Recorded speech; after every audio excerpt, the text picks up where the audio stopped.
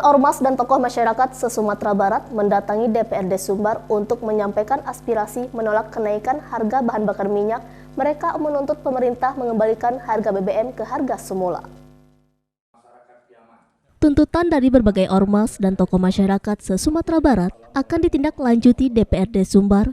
Hal itu disampaikan Wakil Ketua DPRD Sumbar, Suwirpen Suwib.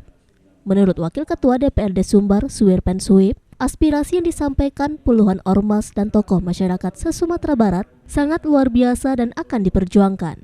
Ditambahkan Suwirpen Suwib, aspirasi tersebut merupakan suara dari semua warga Sumatera Barat akan segera ditindaklanjuti ke DPR RI dan ke Presiden.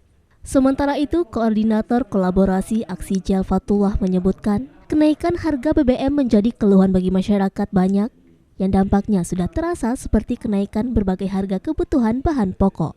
Masyarakat Sumbar menolak kenaikan harga BBM dan harus dikembalikan ke harga semula. Tidak hanya menolak kenaikan harga BBM, aksi dari ormas dan tokoh masyarakat ini juga menolak bantuan langsung tunai atau BLT. Menurutnya, jika BLT dijadikan kompensasi BBM, bisa berstatus riswah, artinya tidak berjalan dengan semestinya. Ditambahkan Jel, aksi ini meminta kepada Presiden RI Joko Widodo untuk memecat Ahok sebagai Komisaris Utama Pertamina karena dinilai merugikan BUMN khususnya Pertamina.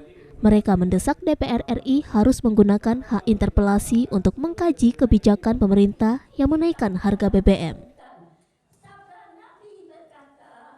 Pertama, kita dari DPRD Sumatera Barat berterima kasih pada tokoh masyarakat, alim ulama, cerdik pandai yang hadir hari ini, dan dengan rasa haru kita menerima aspirasi beliau yang disampaikan luar biasa untuk kita perjuangkan bersama.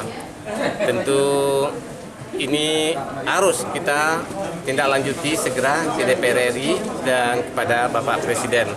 Mudah-mudahan apa yang disuarakan tadi akan menjadi suara Sumatera Barat. Karena semua kami lihat tadi sudah cukup mewakili suara-suaranya semua tadi. Dari Padang, Sumatera Barat, Tim Liputan iNews melaporkan.